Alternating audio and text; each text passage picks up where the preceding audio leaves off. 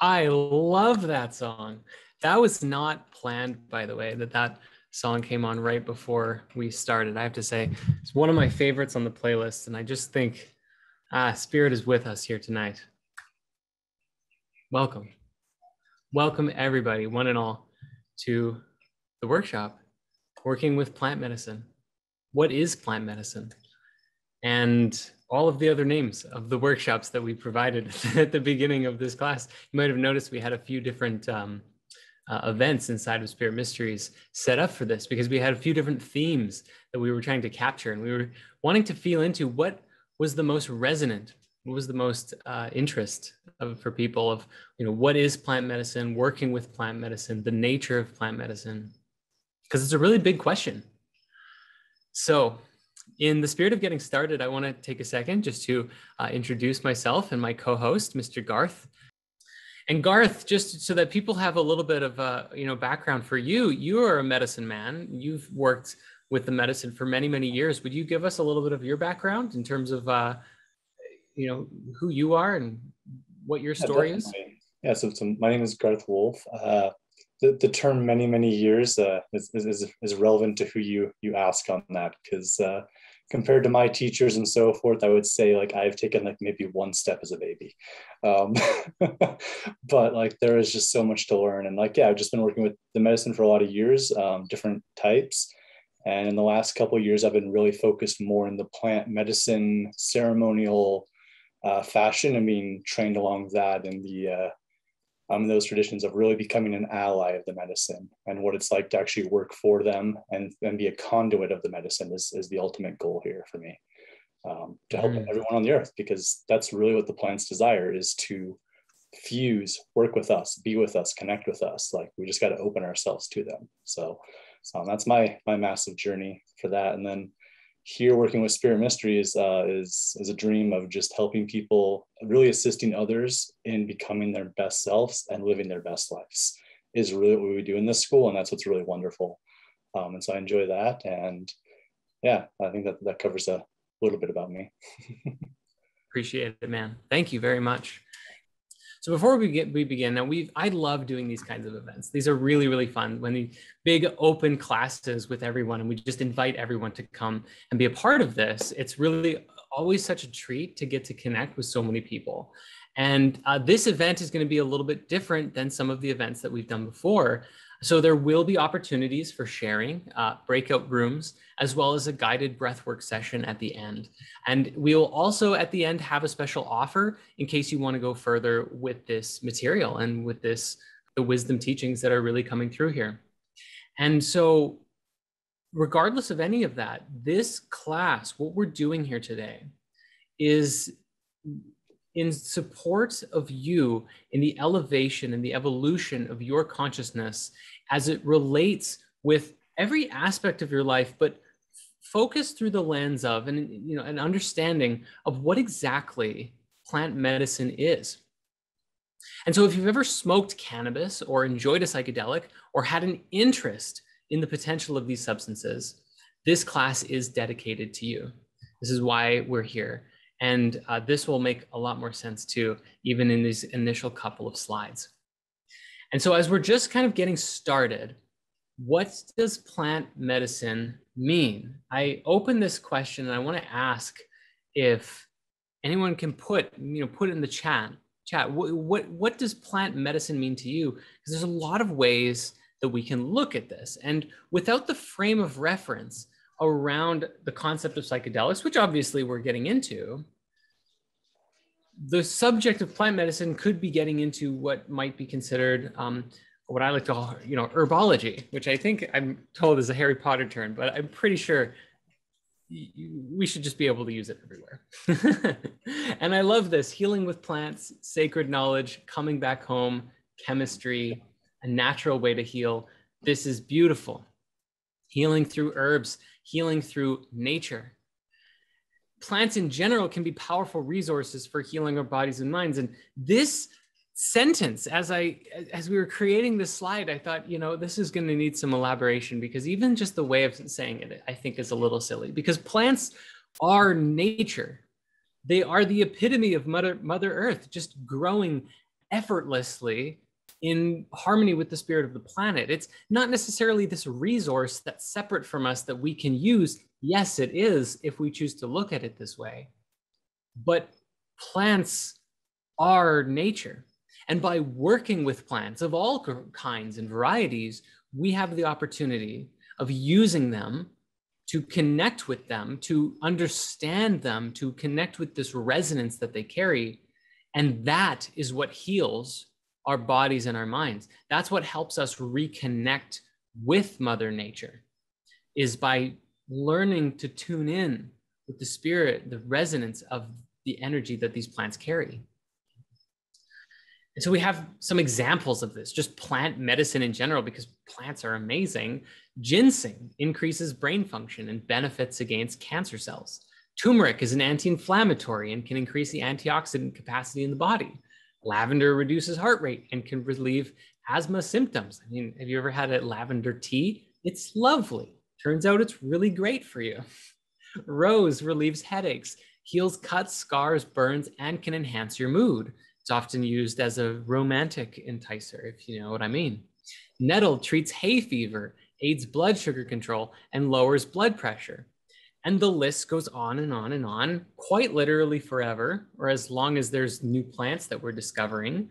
And the reason for this isn't to say that, oh, well, ginseng was designed by nature to increase brain function, but rather that ginseng has a resonance that harmonizes when we ingest it or we take it into our body, that maximizes and supports our body in resonating or vibrating to that frequency, and so on and so forth for every different kind of plant. And yes, some plants can be harmful and some plants are very, very helpful. So there's an importance in knowing and understanding the different types of plants that there are. But this is one of those subjects that just goes and goes and goes. Garth, do you have any favorite non-psychedelic plant medicines?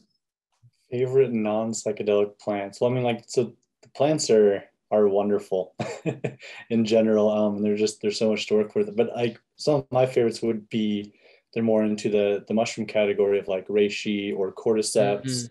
And that's because those increase the blood flow, they increase the chi, they help the brain, and neuroplasticity, where the brain starts, making neural pathways. Those really help with those. So those are probably like, and lion's mane, those are ones that I probably take on the most often. But the cool thing about like the plants is like we have receptors, like you're saying, like they form and harmonize with us. And it's the fact that like our bodies have receptors to them. So it's not so much that like the plants were put here to, like you said, to give us, solely to be, benefit against cancer cells, but it's our bodies have receptors that are meant to work with the earth, because we're not separate from the earth. We're not this foreign object on the earth. We're a part of it. And so that's why we have receptors in the first place. That's why we can connect with them, And so like there's something to just like realize that, as well as like your body is naturally built to intake these and to enhance your life with them. Yeah. I really appreciate the way that you've said that. Actually, just we are a part of nature, and working with plants of all kinds is learning to work with nature on a deep or intimate level. Most people don't realize when you like eat your broccoli for dinner, you are working with plant medicine. It's just perhaps a little bit more subtle, a little less intentional, but still has that effect on the body nonetheless. It's why when you're having a dietary issue, if you actually talk to there's an imbalance in your body, maybe too much alcohol or meat or high blood pressure, all of these things, you talk to a nutritionist, that you'll get the answer of, well, eat lots of very healthy, fresh produce. It's one of the best things that we can do for ourselves. But now the subject of plant medicine as psychedelics is an emerging term, and one that we're leaning into quite a bit. And that's why we've chosen that as the subject for today's workshop, and really this window of time that we're calling the season of the month for Spirit Mysteries, for Virgo season, because plant medicine is emerging as a term for psychedelics done right. What do I mean by done right? Might make sense to understand this in relationship to the fact that psychedelics are often done wrong. I want to be very clear what this means. And this will make more sense in terms of what does plant medicine mean in terms of psychedelics done right? So wrong. First and foremost, I have to disclaimer, in the grand scheme of things, there is no wrong in that sense. You can use psychedelics however you want. And whoever used it, it's right for you. And because you used it that way, it was right. And in that grand scheme of things, there is no wrong. And I'm not here to tell anybody, hey, you've been doing it wrong. Here's what I mean when I say plant medicine's done right and wrong. Wrong here is to say it's like you have a full-fledged personal jet at your disposal and you're using it to drive without flying 3 blocks down the road for your morning coffee. You have the ability to fly anywhere in the world, and you're going to use that ultimate super technology to drive like a little bit. It's kind of like investing $10,000 in the ultimate supercomputer for yourself and using it as a calculator, and that's it. Does that make sense? I want to just make sure that this is being really clear. I'm seeing some nods. Yeah, that's good. That's good. Makes sense. Okay, great. It's a great analogy. Thank you. Perfect analogy. Just because you're driving 3 blocks down to not copyright issues here, but to get your McDonald's black, very generic coffee from the gas station, when you could fly to Costa Rica or to Peru or to Hawaii and get some of like the best coffee in the world. But you're like, no, that's not how I want to use all my potential. Yeah. I'm so happy you said that, because it is a question of potential. And I have to call out Owl Bano here. I don't know if I'm saying your last name right, but in the chat, who said, it's like using a rocket ship to toast some bread. I love that. That's really funny. And it's so true. It's a question of potential, of what you can really do with plant medicine, with a psychedelic plant medicine, when it's used in harmony and alignment with the proper setting and substance to facilitate the most ultimate of transformation. Because most people will go, to a party or a rave or whatever, and they'll take some mushrooms and they'll dance around, and that's about the extent of their experience. And that's where we're at largely in mass. And it's not bad, but it's limiting in terms of what we can create, what we can do when we really tap into using and understanding these medicines for what they really are. So again, it may be wrong isn't the best word, but the average use of psychedelics is extremely limited in terms of potential, to say the least. And to be very, very clear as well, I think this picture is the perfect epitome of this. It's really important to know that this also extends into cannabis too. Cannabis is one of the most widely used plant medicines outside of tobacco that is misused in the world. And we can see that it's been misused or used inefficiently, I suppose, to change my own language here. We can see that in the culture that's being created around cannabis in general. The idea of the stoner, the idea of how it makes you lazy and it makes you stupid, it makes you forgetful.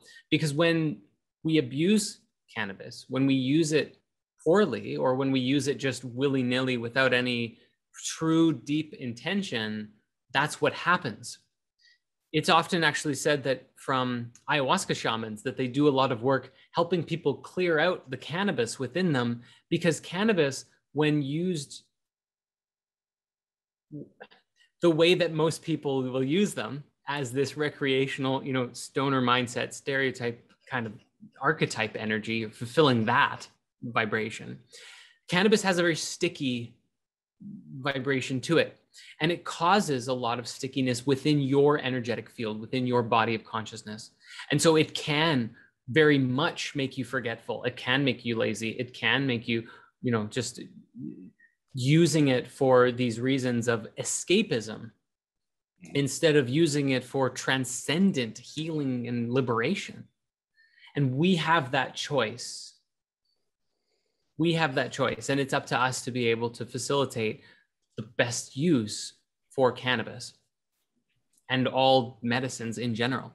Tobacco is the other one. Tobacco is even potentially even more damaging than cannabis is, both in its widespread use of how people are using it, as well as our understanding of it and what's mixed into it, with all of the carcinogens that are put into cigarettes, and the fact that people are inhaling cigarettes, because tobacco is not meant to be inhaled.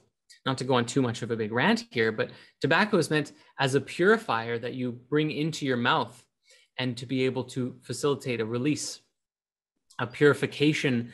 Tobacco is profoundly healing. It's deeply wise. It's one of the most purifying plants and plant medicines on the planet. And there's a huge disconnect in terms of our global and connected awareness in terms of what it actually is, what it's good for. And this is probably a good point. Garth, I'd love for you to share. Before we jumped on this call, Garth shared with me some wisdom about both cannabis and tobacco that he received from one of his teachers. Garth, would you open to sharing that now? Yes, definitely. Yeah, I can share that story. And just before we get in there, there's even there's a wise saying out there about tobacco, that tobacco is not for the belly, but for the skin and the purification of the soul. And that's the concept of, like, when you smoke all these mixtures and you inhaling it in, or the chewing tobacco, like you're actually taking it to the belly. Like, it's not meant to be that deeply in the bloodstream. It's meant to be purified on the outer. And, even used greatly for, like, the bruising of cattle. Like, when people's cattle would get hurt, they would use it on their legs, and it would heal up the bruising and so forth, so that they could continue on moving the herd without losing the life of, that calf or the bull or whatever. And so the story that Jordan's referring to here is, and so I had a medicine teacher in his early days when he was, first training to become a shaman and so forth. And on one of his deep diets with grandmother ayahuasca, he asked, what is it going to take for the entire world to drink you and to shift? And she goes, the whole world will not drink me. That's not how this is going to work. And he goes, well, then what will it take? And she goes, the medicine that will change the world is cannabis and tobacco, because there's enough people that use it unconsciously that they'll use it unconsciously until they use it consciously, or they're already aware enough to not step into that realm for their own knowing themselves that limitation exists. As well as tobacco is so used misconceptually and mixed and so pure, impure, that once we learn that we've been, actually defiling that tobacco in such a way that when we shift that will also be another way that we learn. And it's really that these uses will teach the world, the global, and that's when I say us, respect for the plants and respect for how they interact with us. And, there's many people I've met in my life that have chosen, I'm going to use cannabis and I'm going to live my very limited life and work my $8 an hour job to live this way. And they're stuck in that because it sticks and it stacks. And I've seen others who have walked that for a while and then gone, this doesn't serve me, and then shifted out of it and now use cannabis only respectfully or sacredly or very rarely, And so there's another lesson I learned from a different teacher was that as long as you treat the plants with sacredness, they will always treat you right. And so I think there's a definite awareness of, they're like checking in. You treat them with respect, they'll treat you with respect. When you don't treat cannabis with respect, it brings out the shadow sides of you and lets you become sticky, become lazy, and fall into that because you're not respecting it. So why would it save you? It's all about relationship when it comes deep down into it. But yeah. Beautiful. Thank you, Garth. Very well said. So psychedelics are amplifiers of consciousness that strengthen mental synapses and connect your waking consciousness more fully with your subconscious, as well as the collective unconscious and or the dream time, if we want to use that term. Now, dream time is not something that everyone is familiar with. And so we're still learning how to communicate the nature of the dream time. And we're working on a spirit science episode that will come probably within a few months about this subject. The dream time could be akin to the energetic fields what sometimes are considered the astral realms beyond your body, but also the realm of your subconscious that are within you that you explore when you're dreaming. But it's a realm that we share. It's a realm that our thoughts, our feelings, these fields that extend beyond our body, that connects us, that we can experience through thought, through feeling, through visualization. So the psychedelics are a thing that can help you amplify your experience of that dream time. It strengthens your mental synapses, and it makes it easier to perceive the subtle energies. But in this state, you are incredibly sensitive to being influenced by the other energies and the forces that are around you, the other intentions from other people, other influences of all kinds. And also, you can create your reality in this state with a much greater sensitivity and precision if you know how. That you can alleviate depression and anxiety and stress and these issues, these challenges in your life with the help of psychedelics or plant medicine. However, it takes a level of knowing how to do that or support in being able to facilitate that not everybody knows how to do. And so then we end up having these maybe kind of just average trips. You can have bad trips. Maybe you have moments of deep spiritual realization, but it's not so tangible that you can bring it all the way down into your body, ground it in, lock it in, and you're permanently changed forever. It's something that you kind of elusively remember, that you want to try and get back to, but it's like always just out of your grasp. So if you don't know where you're going or how to navigate these realms, you'll end up wherever you end up ending up. Straight up. It's one of the biggest challenges that we have with plant medicine in the world is the education about it.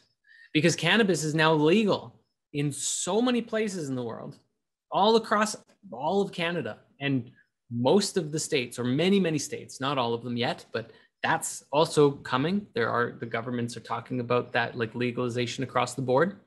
And there's many other countries and places where it is either decriminalized or becoming legal or has been legal for a while. And yet there's a lot of people selling cannabis. There's very few people actually educating about how to use it properly. And this is one of these big traps that we find ourselves in again, because it's so easy for us to get trapped in using it for whatever reason or intention that we started with, right? Like if you went to cannabis, as an example, because you were stressed and something in your life wasn't working and you were struggling with anxiety or depression, and it helped with that, you can get yourself stuck into a pattern there if you don't evolve the experience with it as you go. And I myself have been there, and I've seen so many other people been there too, and move through that and needing to learn, and some never really able to get out of that initial pattern, whereas other people were able to. And the difference the difference between people who were able to evolve their consciousness with the medicine and those who were not, most often came from an awareness through an education of what their raw potential was. Because the solution isn't necessarily just saying, oh, I have to stop doing it. I did it too much and then I stopped forever. For some people, that's how we swing the pendulum.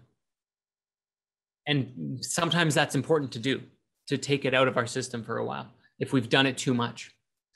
But then how do we reintegrate at a higher level the next time and continue to get closer and closer to phi? This is the question that we have to ask ourselves. And the education is so important in that. So before we go any further, we want to do a fun exercise here with everyone. We're going to actually do those breakout rooms that we talked about.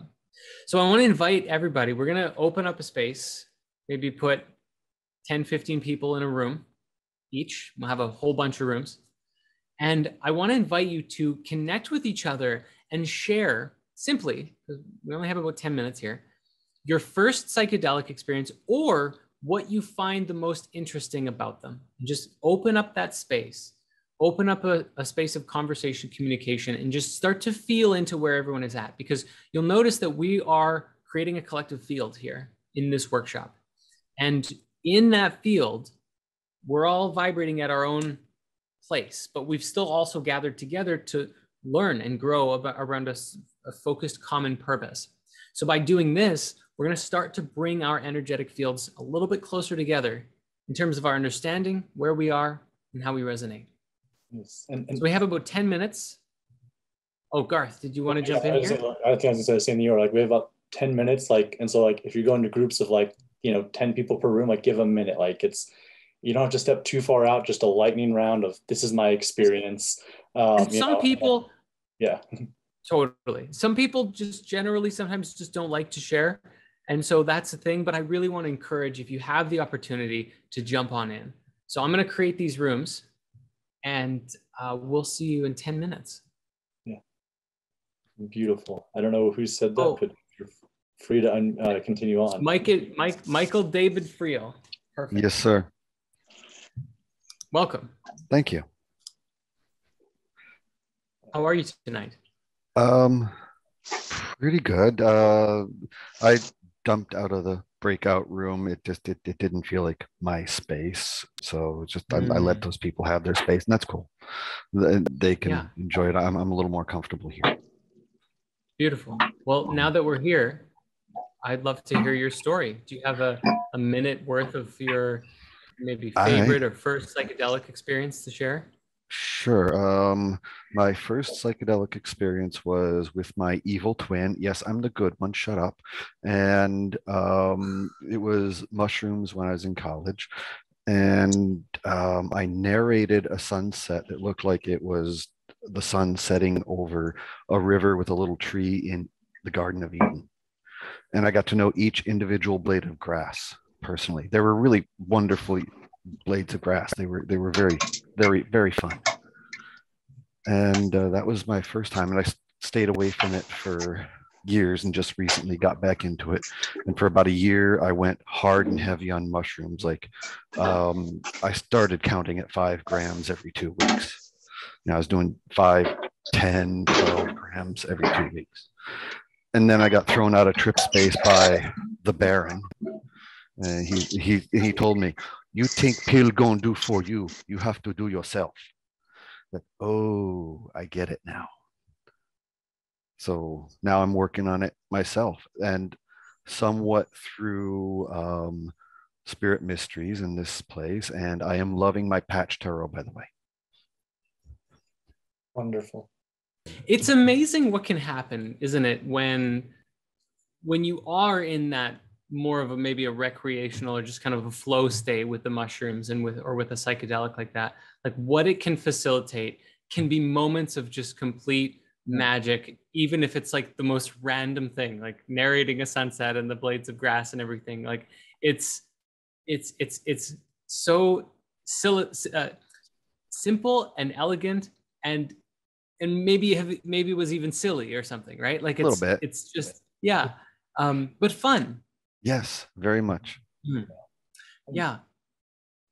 And then and then, like you said, I started using it at the time. The first time I was using it, as a newcomer and with my best friend and in a very spiritual environment. And then, over when I came back to it, I started using it very unconsciously, as you mentioned. And I learned some hard lessons, and I sort of got thrown out. And like, okay, now you got to do the real work. Yes, sir. Yeah. And so where are you now with your psychedelics? I'm on a break. I have recently ordered some more. I have some more coming. So I think I'm going to do it a little more consciously,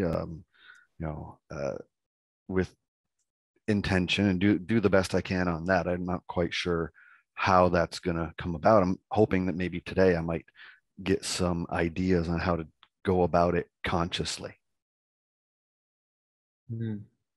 Beautiful. You're in the right place. Cool. Yeah. And by the way, Jordan, I just love you to pieces.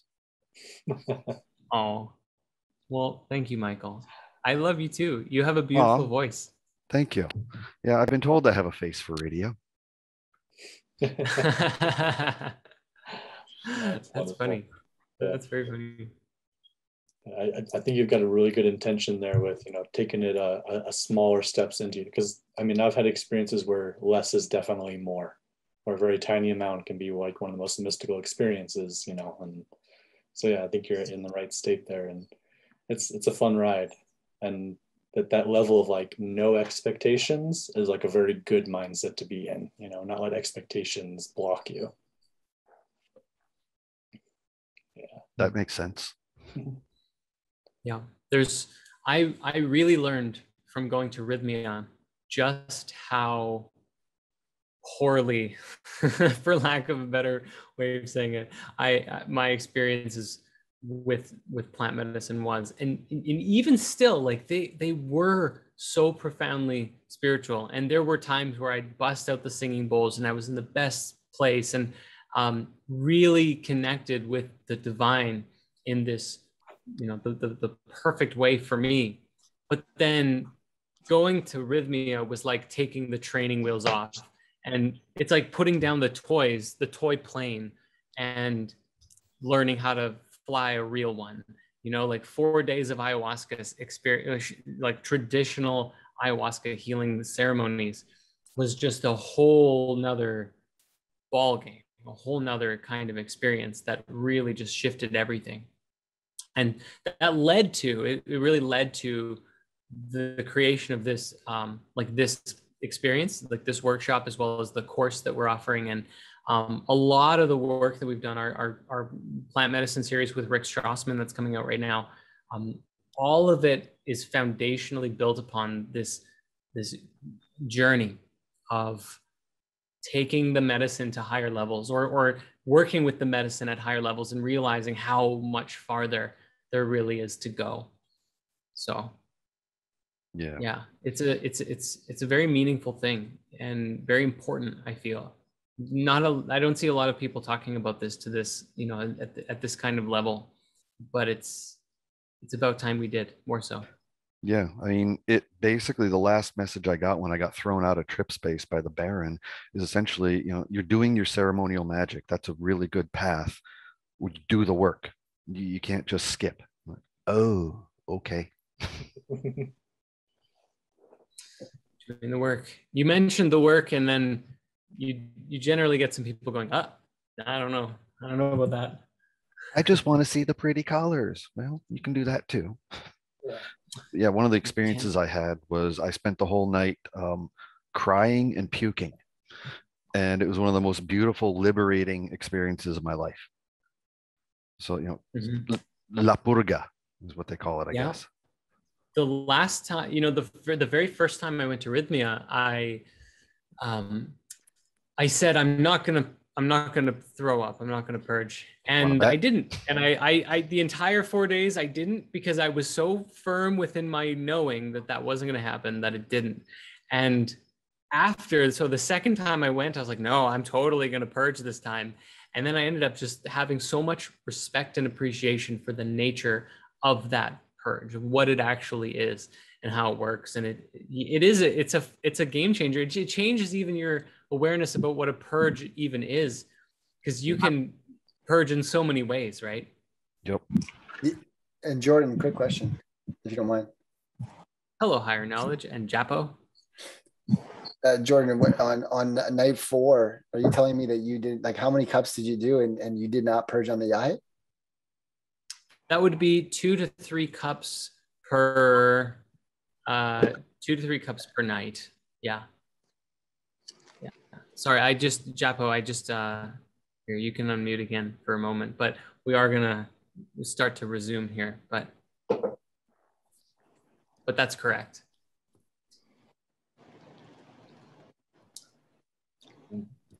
Seeing some good things in the chat here. People saying they had a good time, great speaking time in my room. Super awesome chat. Yeah. Love the discussion. Yeah. So had a lovely time. A lovely time. Excellent. This is very important. You know, we are doing this together. We're all creating that field. And so welcome back, everyone. Welcome back. You start to resettle into this, space, this state. And maybe just take a breath and shake it out. and let the good vibes just wash over you, right? We can stay loose and stay connected here.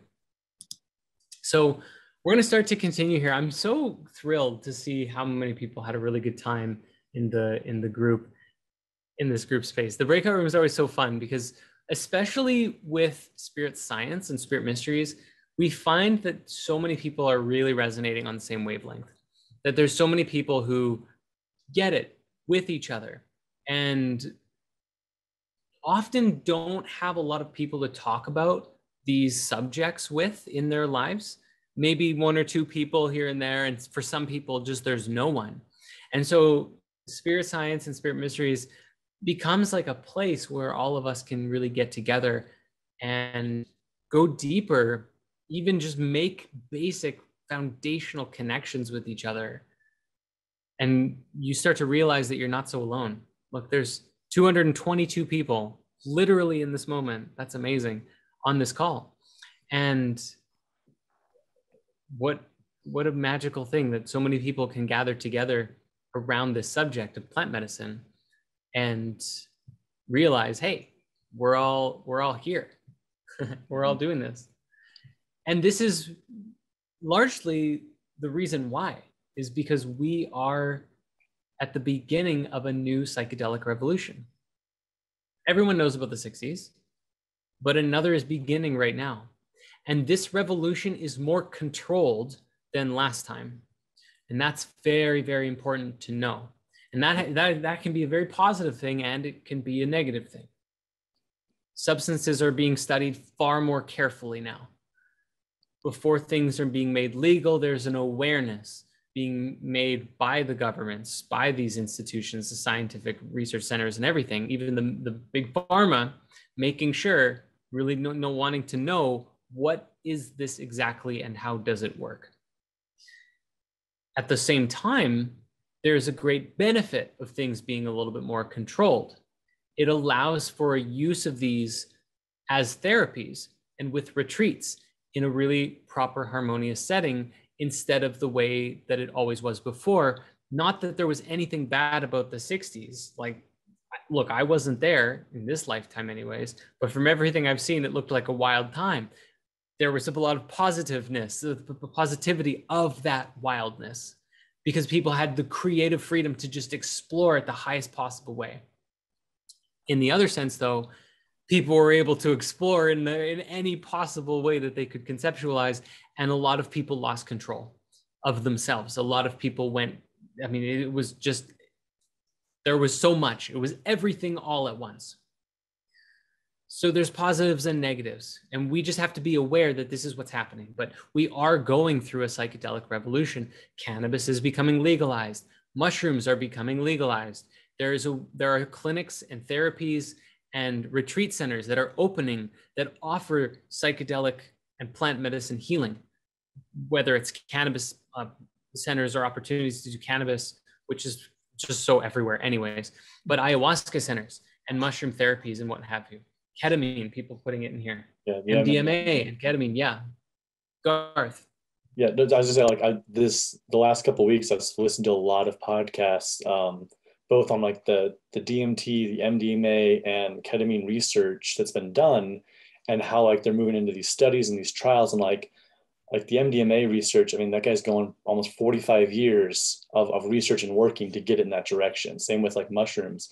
And a common thing that kind of came up at the end that was almost chuckable is that each one of these researchers that have spent their life doing it, they said that once their clinics are more recognized and their therapies are more recognized, then we'll be able to do scientific research on cannabis.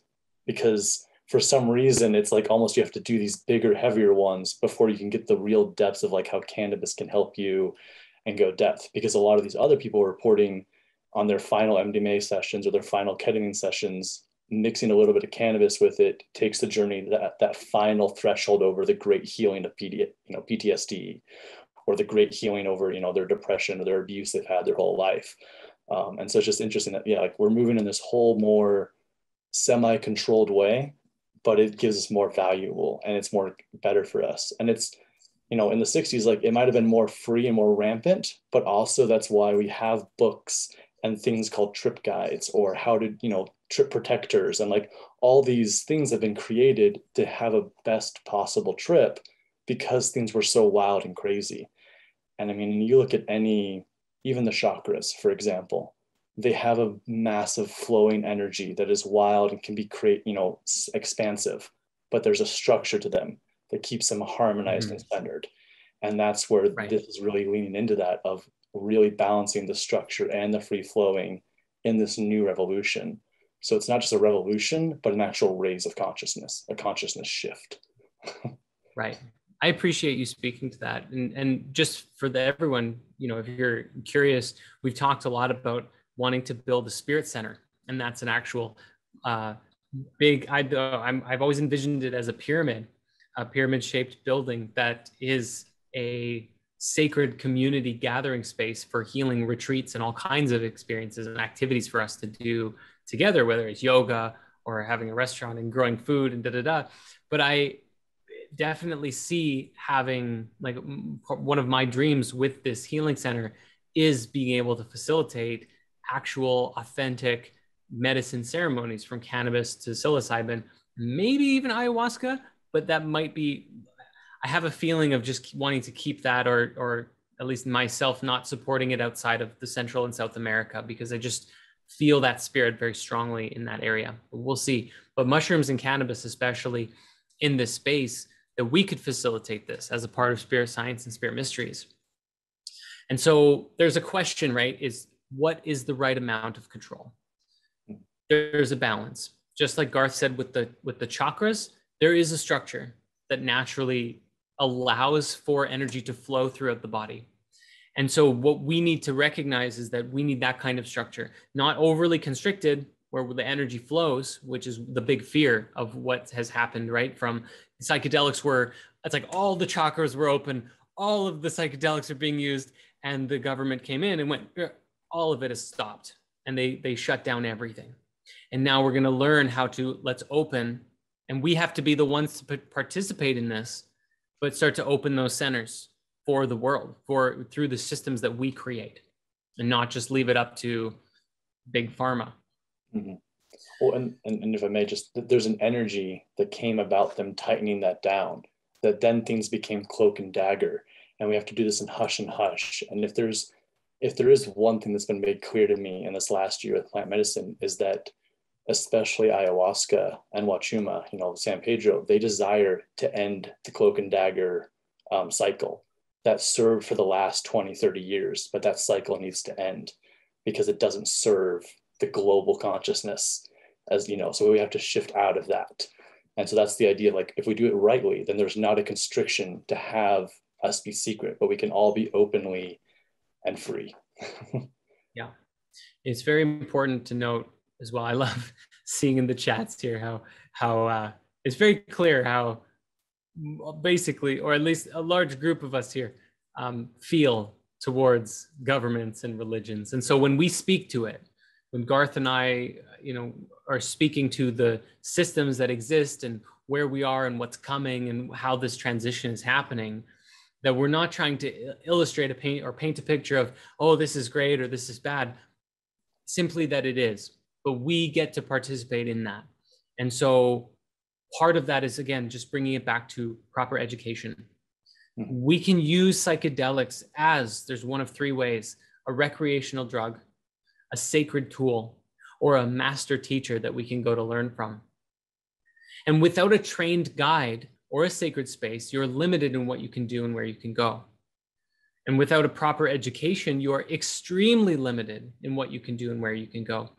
Again, looking at it as if cannabis, we use that as an example, if you're in a messy house or a messy space with, friends and people around you who are just like, hey, just smoke a joint and then just do nothing or whatever, you're around that space. If you have the right education, you are far more empowered with how you utilize that plant than if you didn't know that and you just fell into that vibration. But with the proper education or the awareness and being able to have a trained guide and a sacred space, a space specifically designed, it's like having a launching pad for your rocket ship instead of using the rocket ship just to make toast. you can actually get that rocket into space. There's a difference between having cannabis or having a medicine and sitting in meditation with some sacred music compared to just, smoking up and watching some dumb movie or even a good movie. Not that there's anything, it's not wrong. There's just a difference in potential, in the quality of the information that you're choosing to receive and tune in with your body of consciousness. There's an amazing quote, actually, I won't get the quote specific, but from my dear friend Sarah, who was a shaman at Rhythmia, who said that depending on what we're receiving, actively putting into our bodies, both mentally, emotionally, physically, spiritually, on a regular basis, we are choosing whether or not we're growing and nurturing our soul or we're damaging it and destroying it. Mm-hmm. And so if we jump into a trip without proper preparation, we run the risk of creating extremely damaging mental connections and even lasting psychosis. And I really want to ask, is it worth the risk? And please put your answer in the chat. I'm very curious to hear. Sometimes it is. Sometimes it is worth the risk, because if we got nothing else and we just feel all of spirit pushing us into it, maybe that's okay. But there is a risk of lasting psychosis and extremely damaging mental connections if we abuse or we don't know how to use properly the medicine and what it is. We have to learn to be responsible. Definitely. And I mean, there's also being aware of, like, is it a call to come do the medicine? And is there a pressure being created from spirit and a call to come do it? Or is there, I really want to do this because it's the coolest, most high level psychedelic in the world, and I'm going to push past all the signs that spirit's telling me I'm not ready and just force myself into it? And, like, there's ways, and that's the advantage of going someplace that has trained shamans and, in a situation that's set up correctly to take care of you, that if you force yourself in there, you might be okay. But those that choose to force themselves into those things and take that risk without the proper setup is where you really run that risk. I've seen where people have pulled their wives or their significant others to ceremony, and that person wasn't ready for that ceremony. And so they have an extremely rough time, and they've actually are turned off to psychedelics because they're like, that was horrible. I saw demons and devils, and it's not what they were ready for, because it wasn't their actual choice. As well as I have a very good friend of mine that has always, he likes to just dive deep and take the risks. And, a few years ago, he chose to enter into, certain ceremonies of Bufu and DMT without a shaman, without a medicine guide. And he now does suffer from schizophrenia. Like, he already was on that borderline risk of that, and he now suffers from that because he chose to not wait for a proper guide, wait for a proper situation.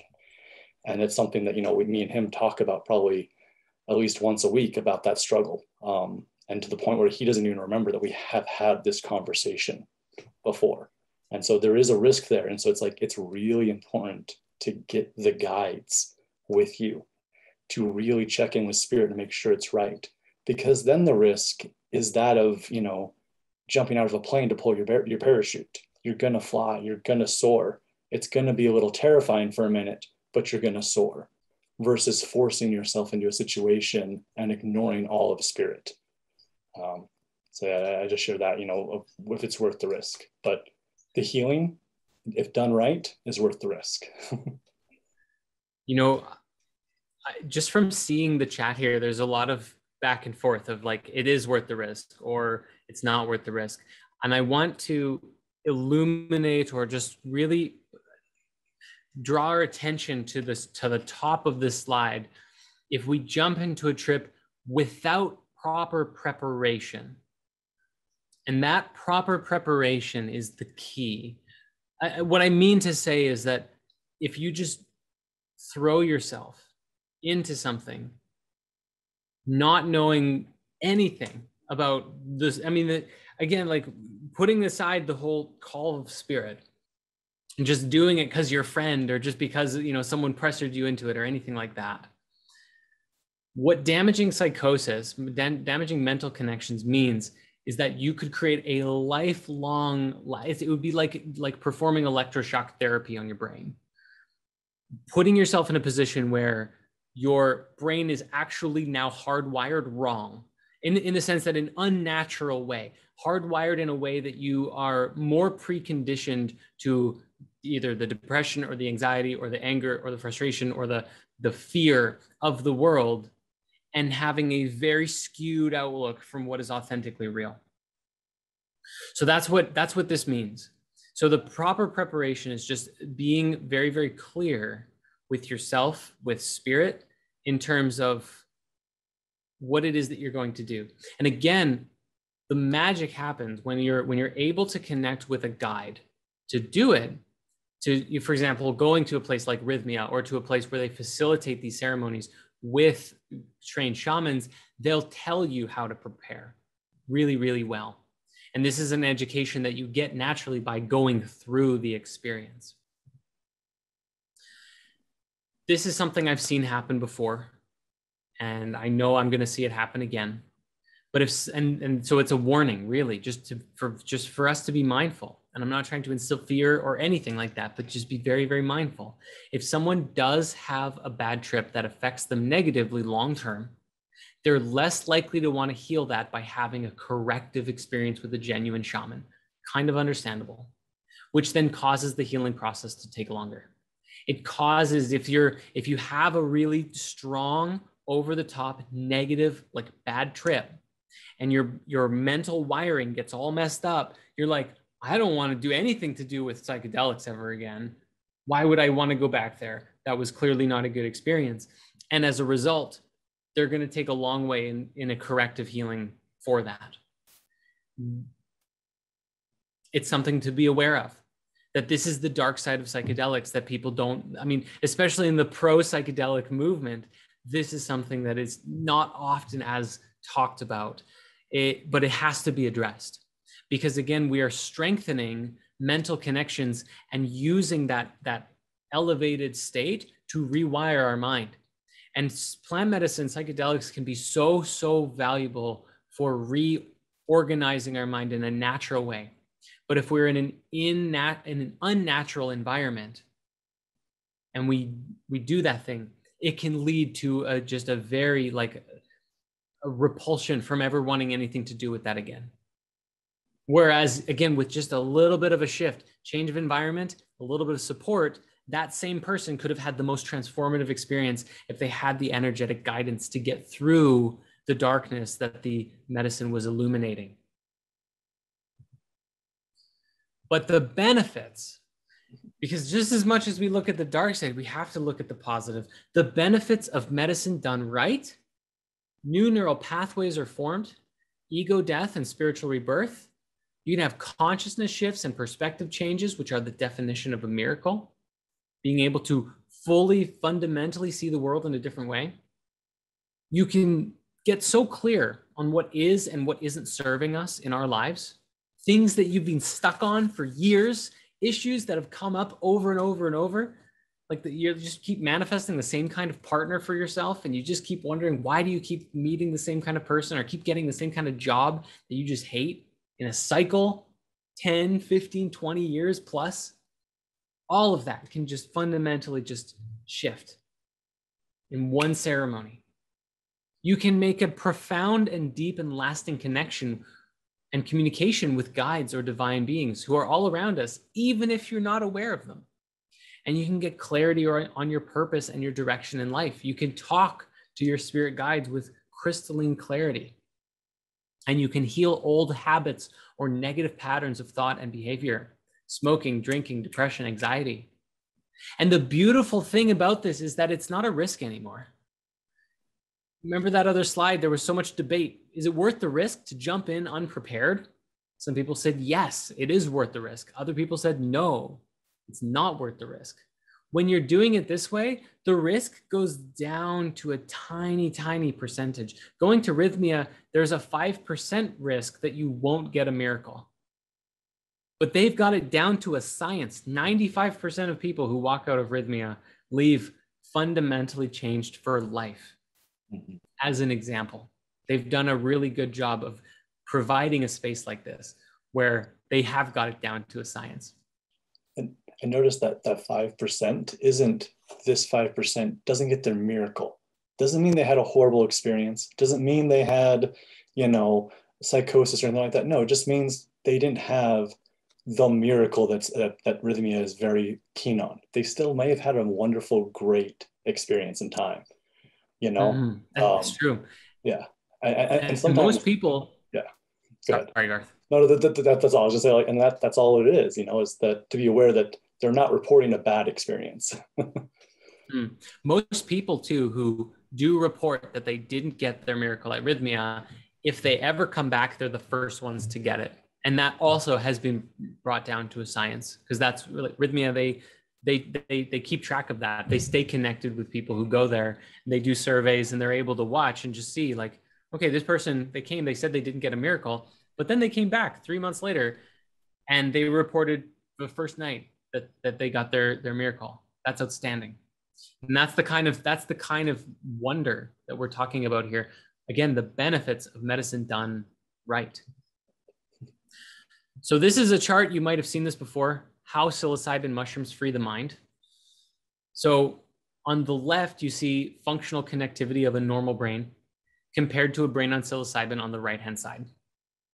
Researchers studying the effects of psilocybin on the brain have found that the naturally occurring psychedelic compound frees the mind to make new connections by sprouting new links across previously disconnected regions. This may explain why people experience effects such as seeing numbers as colors after taking magic mushrooms, which contain the mind-altering compound. So this is the perfect picture, I think, to demonstrate as well the potency of what's really happening in a psychedelic journey, and to some extent, cannabis as well. Although the mental diagram might look a little bit different for cannabis, it's the same principle of you are opening up the ability to make new connections. And again, if you're in an environment, whether it's positive or negative in terms of what you can, in support of a positive or negative in support of your journey, in support of your psychedelic experience and fulfilling your intention, that you can make these very harmonious, natural connections that trigger you to have a consciousness shift into a much more vibrant understanding of reality. Or you can create some pathways that actually like tear apart those connections, and then your fear receptors are the ones that are making all of the connections now. Your cortisol hormones are being excreted at much higher levels than normal because you're so conditioned to seeing demons and monsters or something like that. And that's what we found. Like, I mean, we have a video about this that we just put out as far as for the Spirit Medicine Walkers course that actually shows like this was also broken down in the Conspiracy Theory of Everything, that when MK Ultra, the secret CIA mind control experiments, when they dosed people with high amounts of LSD without telling their patients or without telling the people who were getting dosed, those people did go crazy, and some of them did kill themselves. And so as just a clear line, you can very much see that the pendulum swings in both ways. We can't see these substances as the definitive answer, but the tool that we can use to create the answer of heaven on earth, to create the healing of the heart and the merging with the soul.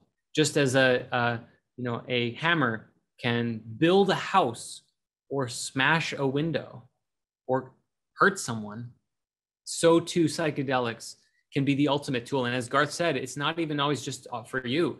You have to make the choice. But Garth, he saw some people brought their significant others to ceremony before they were ready. And now those people were harming their partners in a lasting way. Yeah. And luckily, like most of those people that came, they do come back to ceremony later, usually without their partner, because we've told them, hey, come back when you're ready and we'll do the work and so forth. And that the picture that Jordan just shared, it really reminds me of the metaphor that I like the most is like when you're skiing or snowboarding, and as the season goes on, there's grooves that get made down the mountain, and there's these ruts that get made.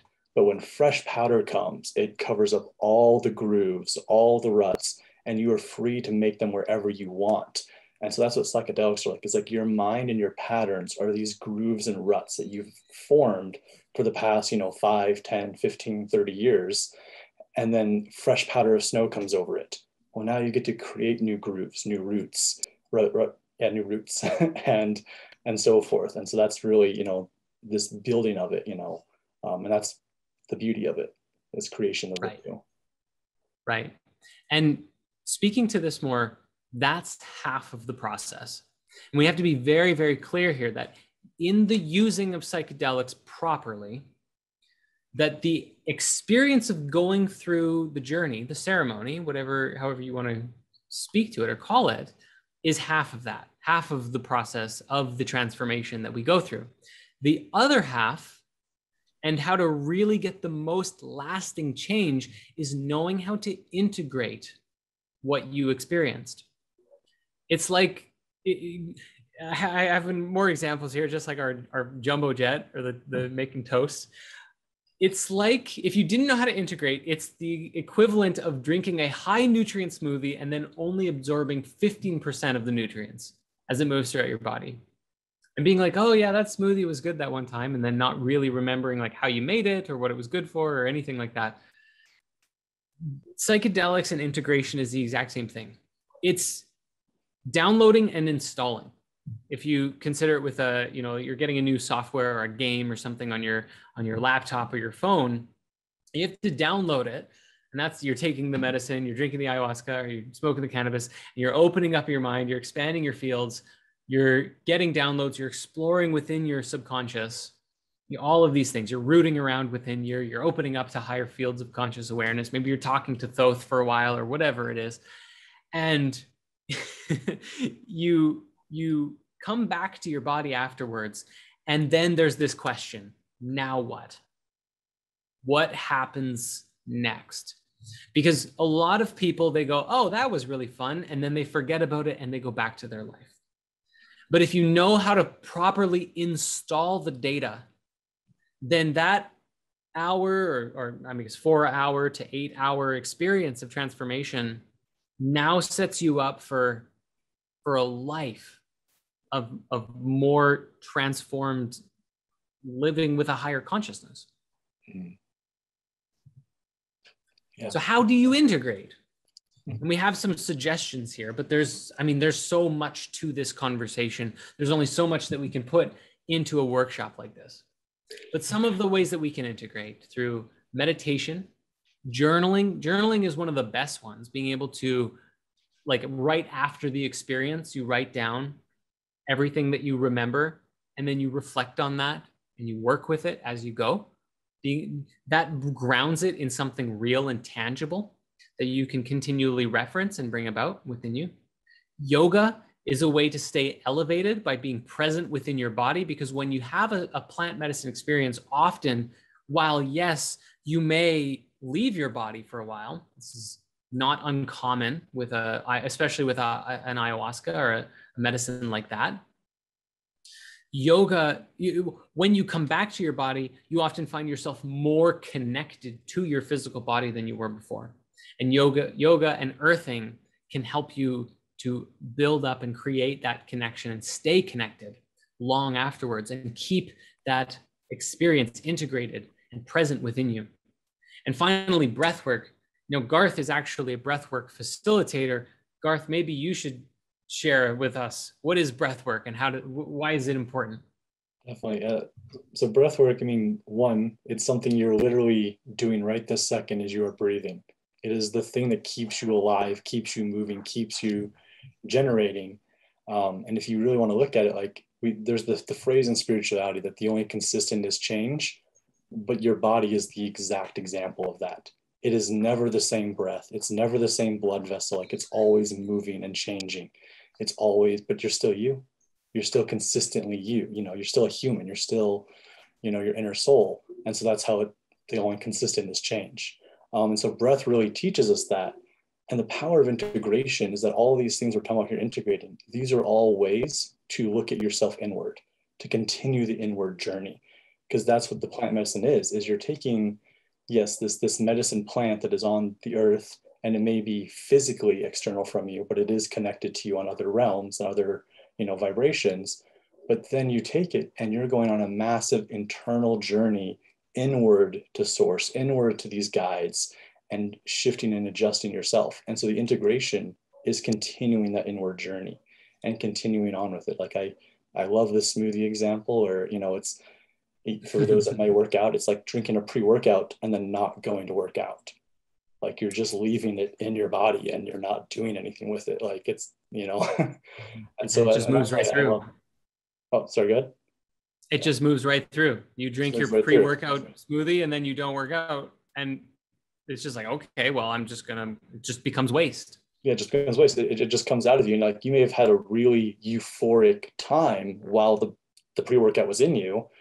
And then, yeah, that was a great euphoric. And that's where, like, I know we talked about psychedelic trips, and I've always struggled with that word because it makes it become a vacation. It makes it become a thing you went and did, and now you're back to home.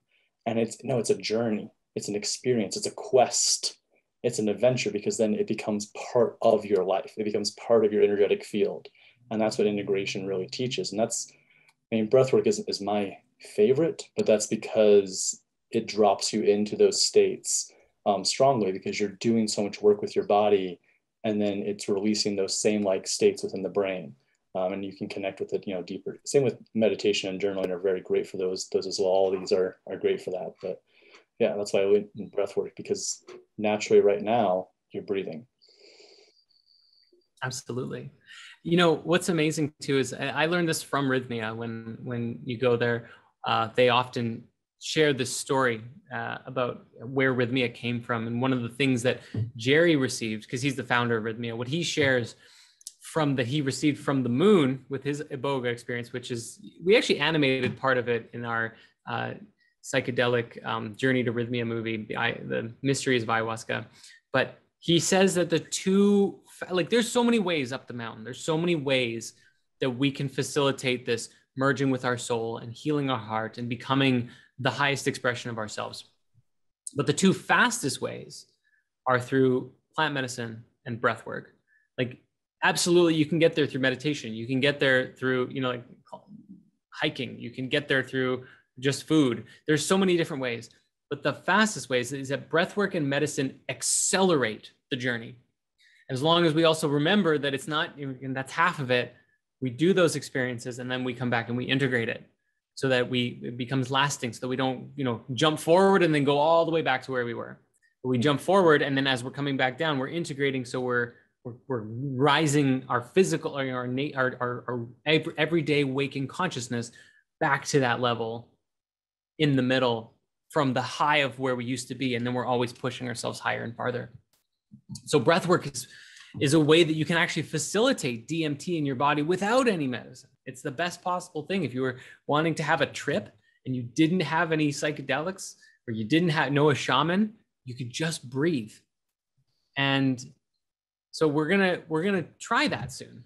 In fact, I believe I said this whole slide in advance. I didn't even realize. So yeah, it's like taking a gondola up the mountain instead of walking on foot. And everything else on this, I just said that. So we're gonna just jump ahead to the next one, because we're gonna try this. For anybody who is unfamiliar with breathwork or never tried it before, or if you have tried it and you're just along for a really fun ride, we are gonna try a practical breathwork exercise. And so I'm gonna pass it over to Garth here, and he's gonna lead us through several rounds of a very simple breathwork technique that anybody can use to facilitate some magical, just to move our energy. And I think we need a little bit of energy moving now, right? It's been a little bit while since our what was it that we did? The breakout rooms? Breakout rooms, the sharing. Yeah. So let's shake the body around and move it. People are freaking out in the chat. They're so excited for this, Garth. Oh, I know. I'm seeing it blow up. Oh my goodness. Bless. All right. Cool. Wonderful. So yeah, today's breath work, we'll be doing 3 rounds. And for this exercise, we're going to be going in through the mouth and out through the mouth. We won't be using the nose at all for this. And these will be short breaths. So we'll do 3 rounds of short breaths, and then we'll having 2 holds at the end of each one. The holds will be a full exhale, and then we'll hold, and then a full inhale, and we'll hold. And each round will be these short breaths, and they'll be, like I said, in through the mouth, out through the mouth. One way you can do that is create a cone with your lips, kind of a, and then you just drop the air out. You can also focus on breathing into the belly and out the chest, and that actually brings more oxygen into the body, which then gives more oxygen to your blood cells, which allows you to hold your breath even longer. On the scientific side of it. On the spiritual side of it is that we're going to be shifting our consciousness and harmonizing the heart, the throat, and the third eye chakras, as well as releasing serotonin in the brain, lowering anxiety, and you can release DMT. It does not happen every time, but more often you do it, more likely it will happen. So with that, that's how we'll be doing it today. And then the breath holds will be 30 seconds each. And then on round 3, you may hold your breath longer or re-hold until you feel like naturally releasing, but we'll sit in silence for 3 minutes to be with that energy that's come up. Because all of this is work. All of this is we're moving the body, we're generating energy, we're shifting vibrations, and then to be with that shift that comes up. And so I really invite that this is not a time that like you grab your phone, you go grab something to eat or whatever, like actually be with that energy, because that call to grab your phone or that call to go do something else is actually the inner self refusing or trying to run away from the energy that you just brought up. And so this is how you can step forward and be with it. And then when you do this on your own, you can sit in that meditation for as long as you would like, to be with that energy. So with that, I'm gonna grab a quick drink of water, and I invite you all to find yourself in a comfortable seated or laying down position. Get yourselves nice and ready.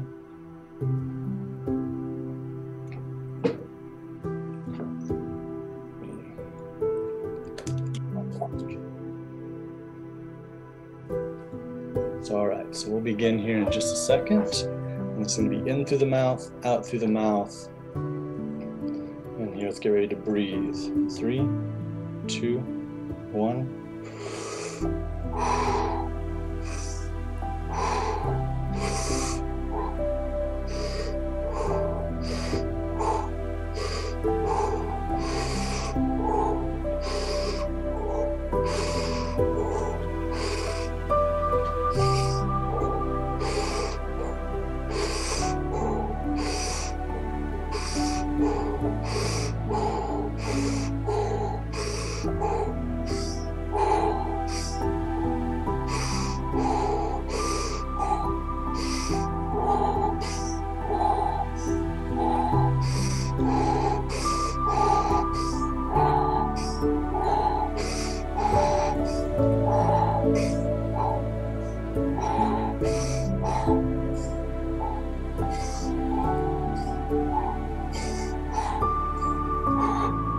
And exhale all the way. And hold.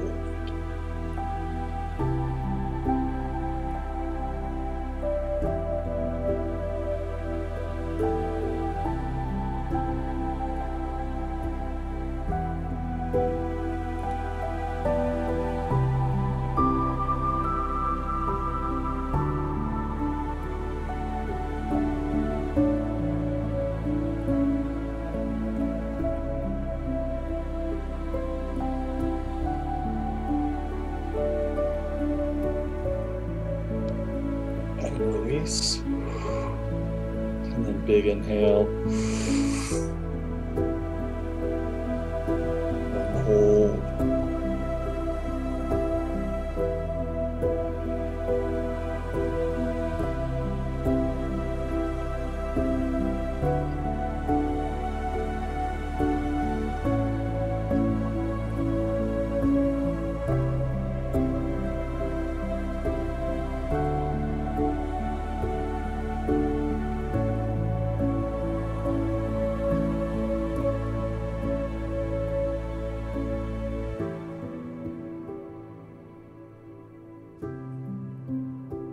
Release.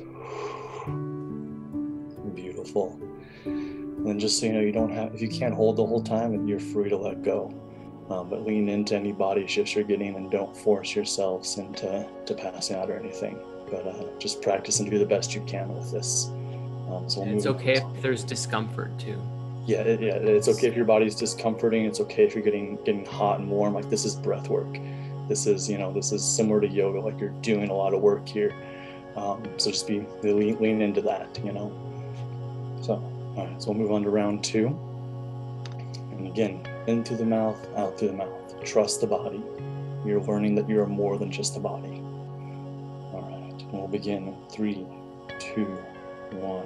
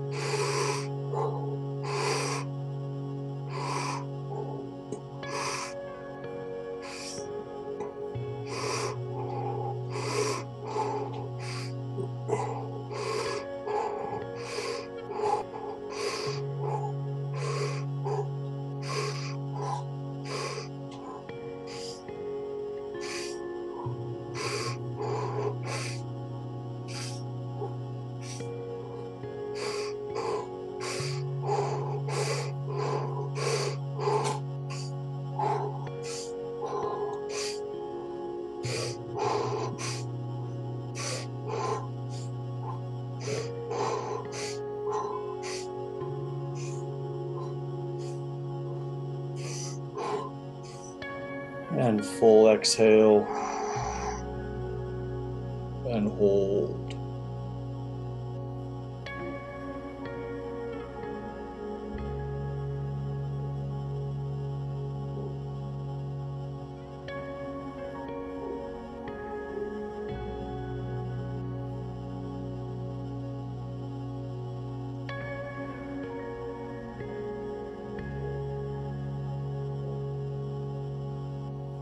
And release. Big inhale and hold.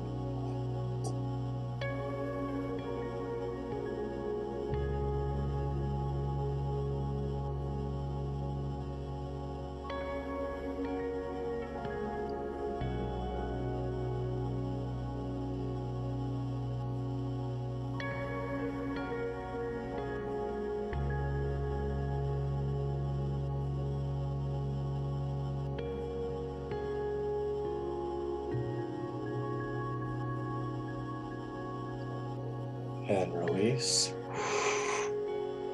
You're doing great, everyone. Keep going. We'll continue to get high on our own supply here. All right. So round 3. In through the mouth, out through the mouth. And let's begin in 3, 2, 1.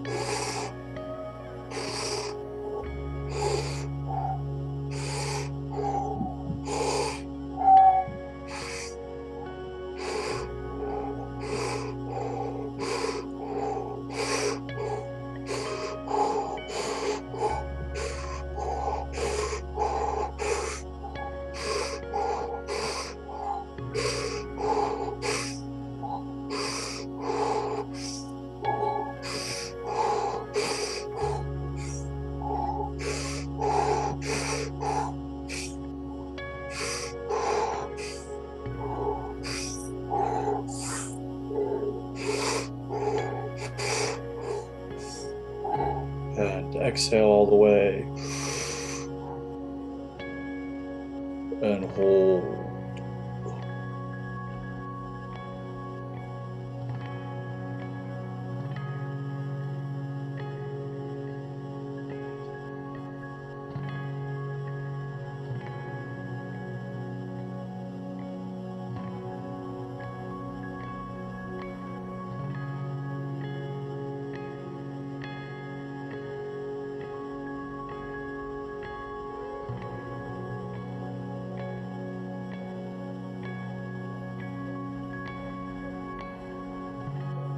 And release.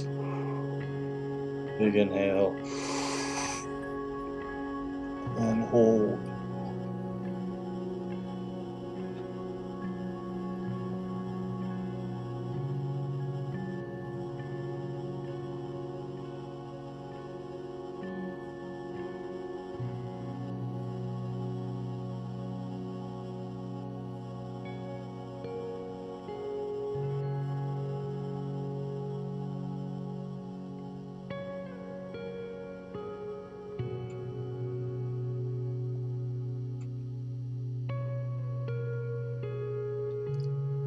That's 30 seconds. You can keep holding or re-hold, and we'll sit in meditation for 3 minutes.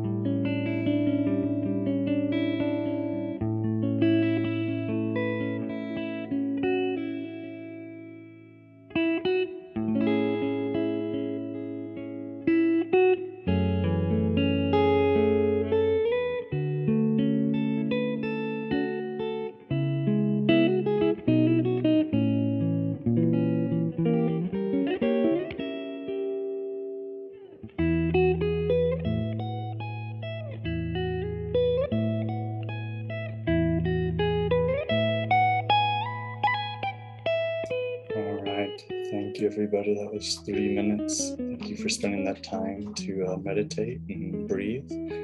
Hope you feel harmonized and shifted, and thank you for doing your bests and joining us to get high on your own supply. Like, that's something that's available to you all the time that just exists within you. Garth, thank you so much for facilitating that as well. I'm just laughing. There's people in the chat just my third eye, all caps, like wow. And some people having just writing of these amazing experiences that they're having. And that was really was a beautiful Faye. Yeah.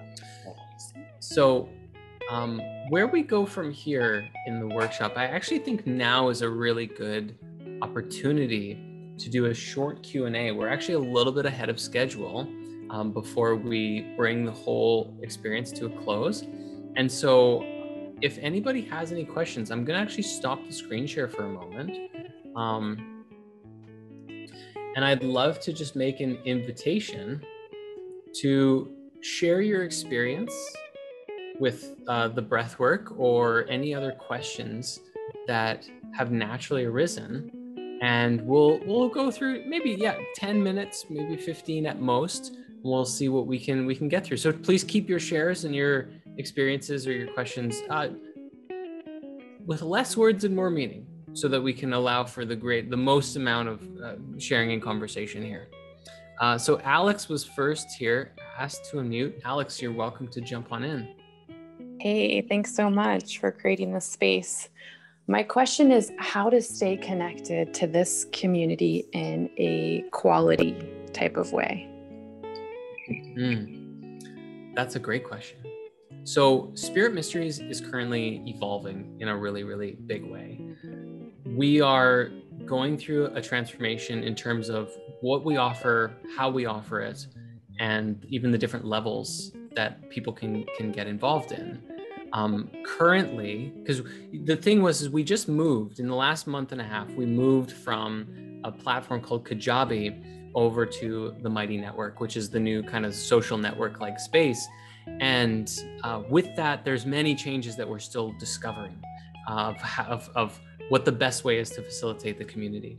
So right now, the initiate level is probably one of the best ways to get involved, which is where we offer weekly breath work and yoga and meditation, as well as lunar ceremonies and gatherings. Yesterday, we actually just had our manifestation moon, which was our new moon ceremony that we do on the new moons. And we have a wisdom moon coming in 2 weeks, the full moon. In addition to that, we also have a level called Mystic. Mystic, we have private, like one-on-one sessions, like counseling sessions, as well as small group coaching and training. This is currently an invite only for people who really demonstrate themselves as wanting to go the distance of evolving their consciousness. Because some people, it's fun on the top level, but then they kind of start to get in and then life goes and sweeps them away. So we look for people who are really showing up in the highest way consistently, and they receive invites into Mystic. So these are our 2 levels with the community. You're welcome to jump into them now, or again, for everybody, if there's an interest here, if you wait like a week and a half, and all I can say is we're currently undergoing some transformations. And in about a week and a half, we'll have a big announcement. We're probably going to put on another event like this to talk about the new levels and what's going to be available moving forward. Did that answer your question, Alex? I have to ask you to unmute again. Yes, thanks so much. I appreciate it. Awesome. And so just to clarify, where to do this at? Do you have info? Will you share info on that? Absolutely. And for right now, again, you can find out everything that you need inside of the Spirit Mysteries platform. If you go on the sidebar, whether you're in the app or on the browser, on the sidebar, you'll see spaces and courses, and that will give you access. Those bundle offers that you can get access to enroll in the school at a higher level. And then Amy just shared the link in the chat. If you want to copy it, that will take you to like the actual page for the school and all that, that you can click on after this. And yeah, so if you just want to copy that to your board now, you can definitely do that. And spiritmysteries.school. There's also, as what's going, where I'm going to share once we come back from this, is a little bit more about the psychedelic course and community that we're facilitating as well, and we'll talk about that in 15 minutes or so. Moving from here, I want to invite Owl Beno, who has by far the greatest. No, you've captured my heart and attention with your background. With that owl, like you win. I thought I had a good one. I'm glad I have. Yeah, no, but I need to buy yours. I need to buy yours for sure. Yeah, first and foremost, I just want to thank everybody for setting this up, and I want to thank everybody that's here for contributing your energies to this. This has been very beautiful and very enlightening, and I genuinely appreciate it. Second, I just wanted to ask, I have some ceremonial work coming up this weekend, Thursday, Friday, Saturday. And I'm going to be with trained shamans and trained, like I've done the research, I've waited the time, I've done all of that stuff. I've been very patient. And I kind of feel very nervous right now on Tuesday, just kind of like this nervousness of like, okay, cool. I know what I'm doing. I know the intention. I've done the breath work. I've done I've ticked all these logical boxes, and yet still I continue to feel that kind of like nervousness of like, okay, cool. If you're going to have to do more shadow work than you expect, it's going to happen. But like, I just, it would be nice to have like, blissful, pleasurable experiences with entities of the 5th dimension or whatever. So yeah, like, do you have any advice for like, just before going into that ceremonial work? Like, I'm currently fasting and all of that, and like what would you advise in terms of like mentally, like where, because I understand to stay present and all that, but what would you advise practically mentally to do? Because a lot of these spiritual solutions are like, okay, cool, I've heard that. Like I need something I can do right now. So what advice would you have? So if I may, like my first intention that pops out there is you're saying this nervousness, and it's, you know, I'm assuming this is one of your first ayahuasca or experience or plant ceremony experience. Oh, no, it's my third. Okay. Yeah. So, I mean, it's those early days, and it's like anytime you do something, you know, the first time or those first few times, like they are scary, like they are nervousness compared to like the 100th time or whatever. So it's valid to like recognize that that's okay to feel nervous. And that for me, like even one of my greatest teachers, like said, he is always respectfully nervous before the medicine.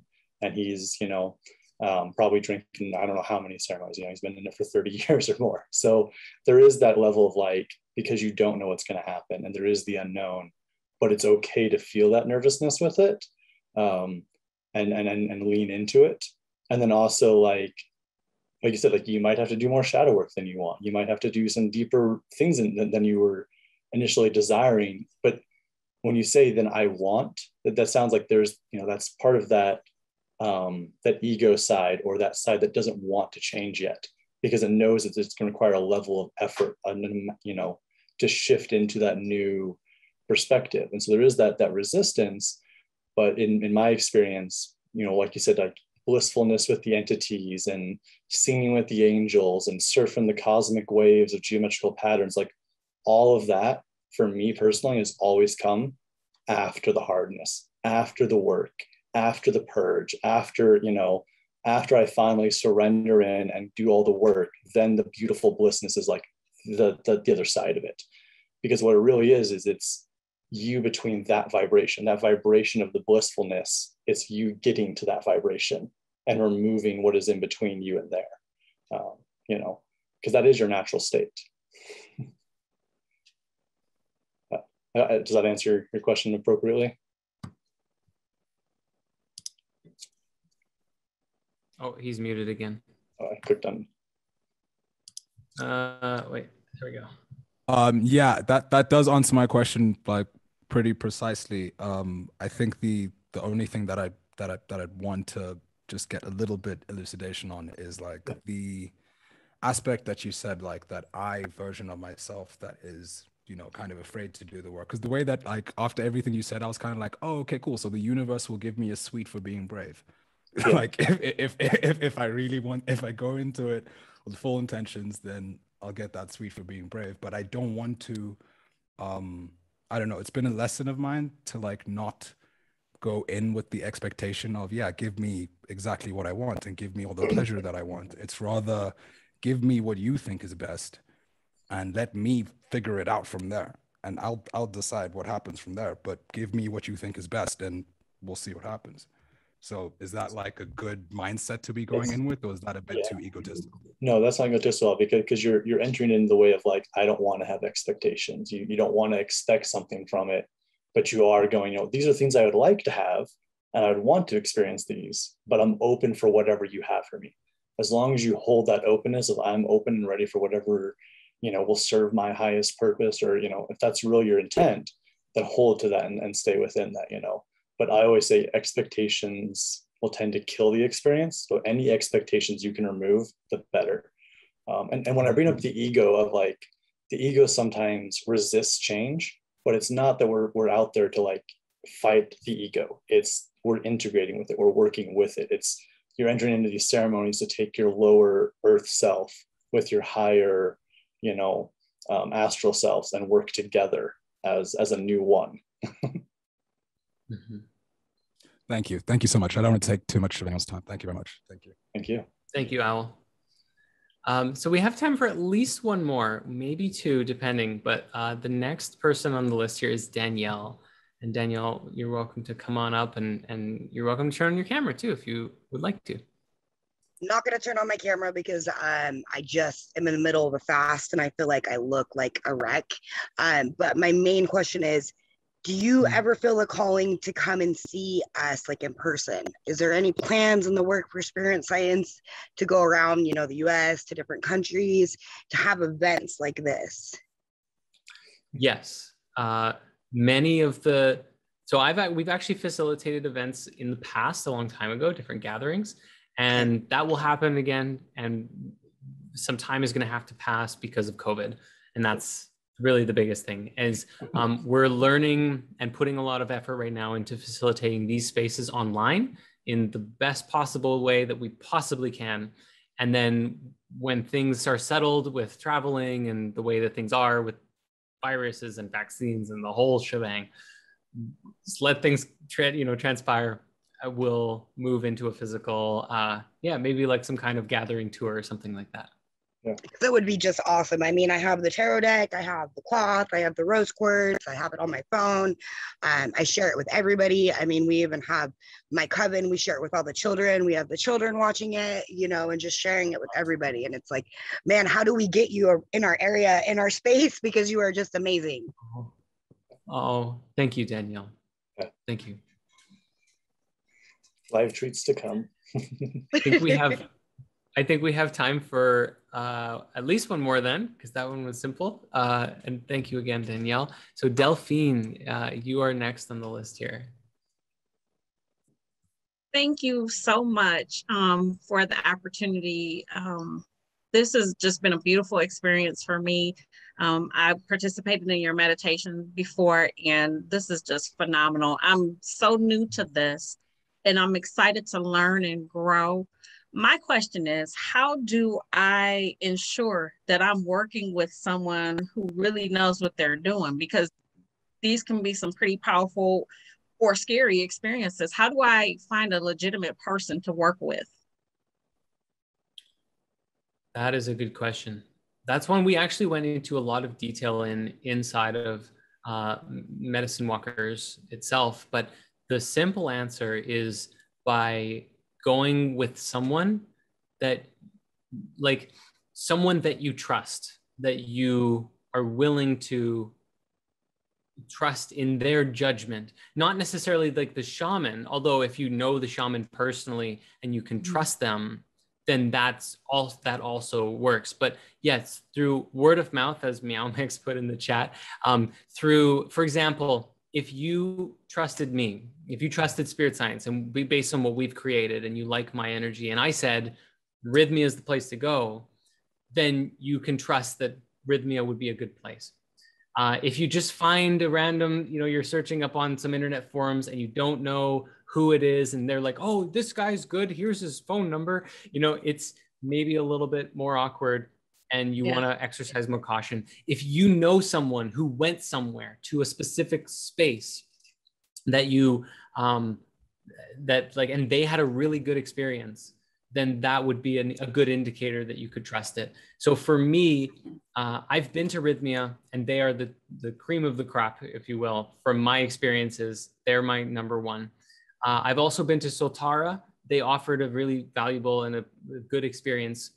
I personally would still recommend Rhythmia as a number one.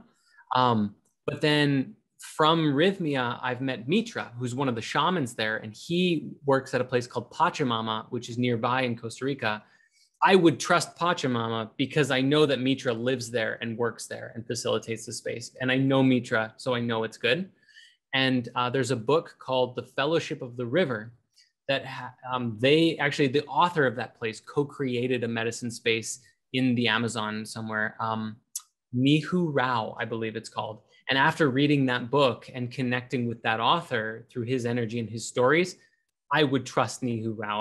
I've never been there, but I would trust going there, especially for like healing. Like Nihu Rao has a very specific vibe of like, I'm going to heal this specific thing. Like you're working with the shaman, like a month in advance, being like, this is what I'm trying to heal. And they'll start working with you in your dieta.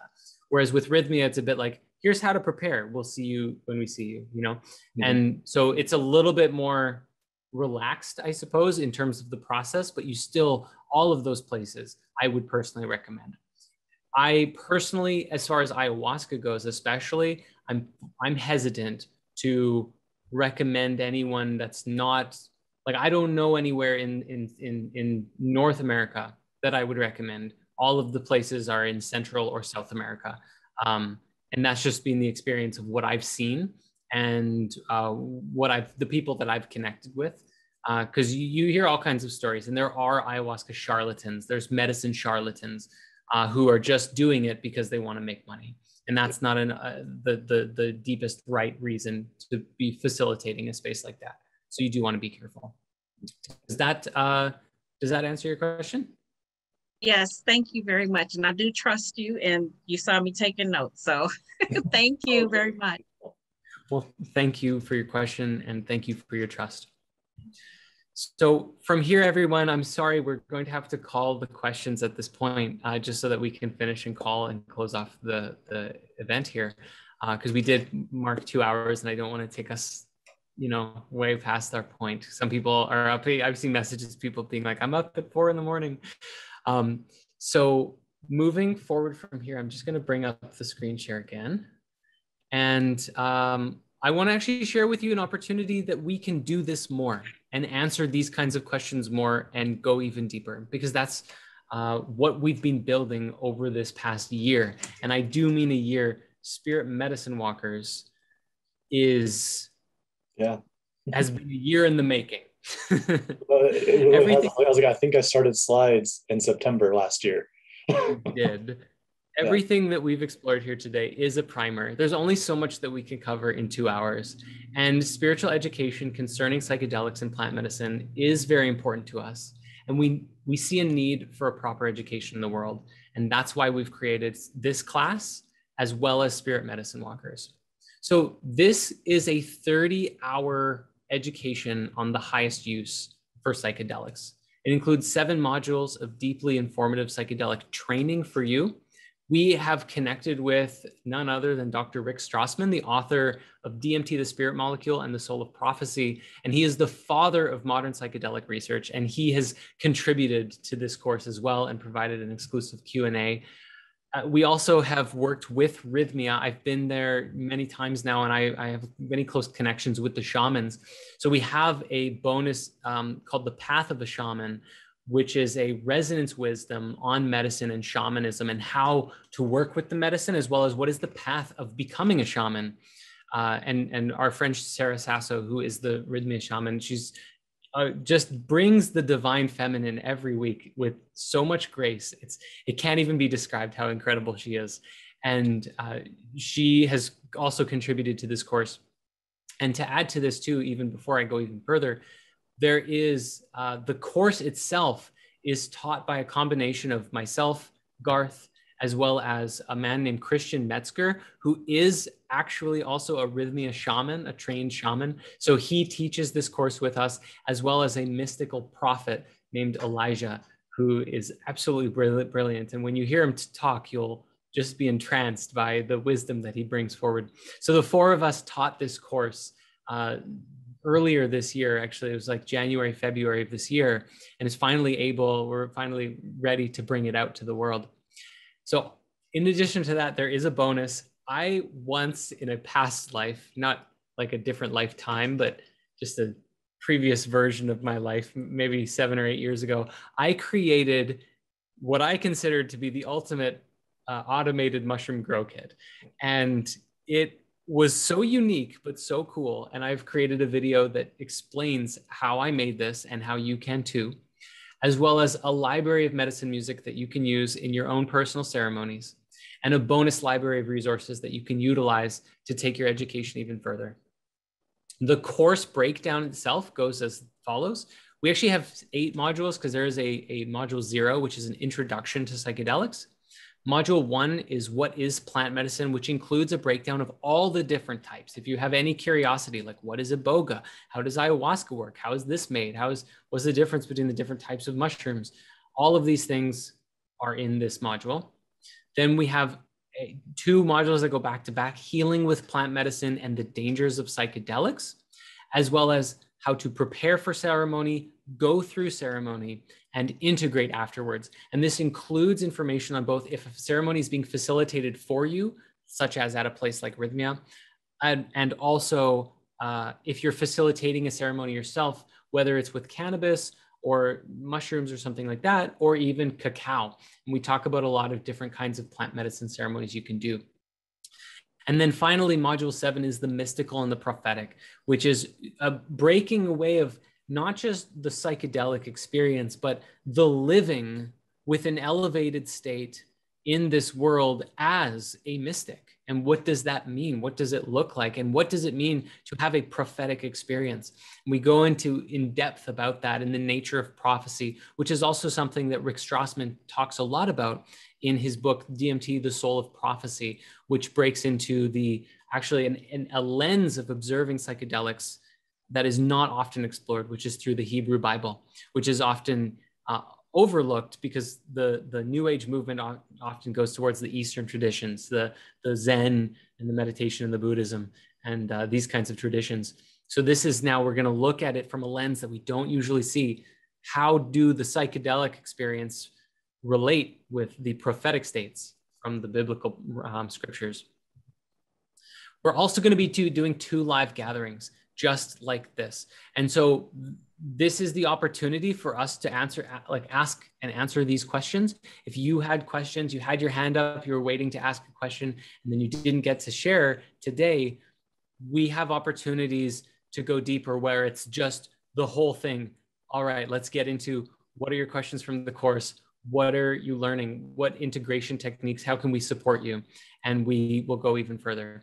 And so these are going to be taking place September 22nd and September 29th, and the events are already created inside of the course. So normally, now this is where we talk about how much does this cost, right? Normally this course has been listed at $499. We have talked about the amount of effort that it went into going into this course. And it's a lot. And this is a big course. This is like a college course on psychedelics. And acknowledging and honoring where we are in the world right now with the economy, we're going to do something different. We've never done this before, and we're going to try something different here. Instead, we're going to host a 1-month plant medicine learning experience. Just 1 month, and it's only going to be $50, $49 to be specific. You can access the entire course for 1 month, attend all of the events, binge all of the material. After this month, you'll never see psychedelics the same way again. And that's it. And we're opening this up just so that we're aware. So all of this is available inside of Spirit Mysteries. It's available now. You can go to spiritmysteries.school, and there, if you go to courses, Spirit Medicine Walkers is featured at the top. Or if you want to just learn more, read about the modules and all of the bonuses, you can visit spiritmysteries.com/medicine walkers. And you can learn to be a medicine walker yourself. One more thing, after September 17th, this offer will no longer be available. And this is because this material is very sensitive. This material is very important. And so we're inviting and taking a small group and a focus group through this course together to keep the energy clear. So this is a limited time experience. For example, if someone just came in right before our group event, like our group event that we're going to be hosting on the September 22nd and 29th, but they hadn't watched the course, and we're creating a field altogether, essentially. And so we're only allowing enrollments in this for the next week and a half. We do intend to open this up again in the future, but we're not sure when this will be. So now is a really good time to jump in if you're feeling the call. And so spiritmysteries.com/medicine walkers to learn more, or just go to the school and you'll find the course there. So with that, I just want to say thank you for attending this masterclass. Thank you for all of the amazing comments. I love the enthusiasm. Bless. Garth, as always, my brother, thank you for walking through this, being a medicine walker with me today, and helping all of us to get high on our own supply, along with just all of the wisdom that you brought. It means the world to me. Thank you so much, Jordan. Thank you for this wonderful opportunity. Truly, this dreamlike life that we get to create and we're sharing with the world. And just like, a medicine ceremony, like the opportunity is here, step through the portal, so is this course. It's a portal, there's a time. So if it calls to you, please step forward, join into this beautiful energy. Help us, walk the medicine and change the world. Mm-hmm. As a closing thing, I just skimmed over it before, and I have to read this thing. When you go to enroll, it will say it's a subscription, and it will say, $49 a month, but the event will, or the order will auto cancel after 30 days. It will not renew. That's just a limitation of the technology. Other than that, everything is as it is. Thank you. Blessed be. Namaste.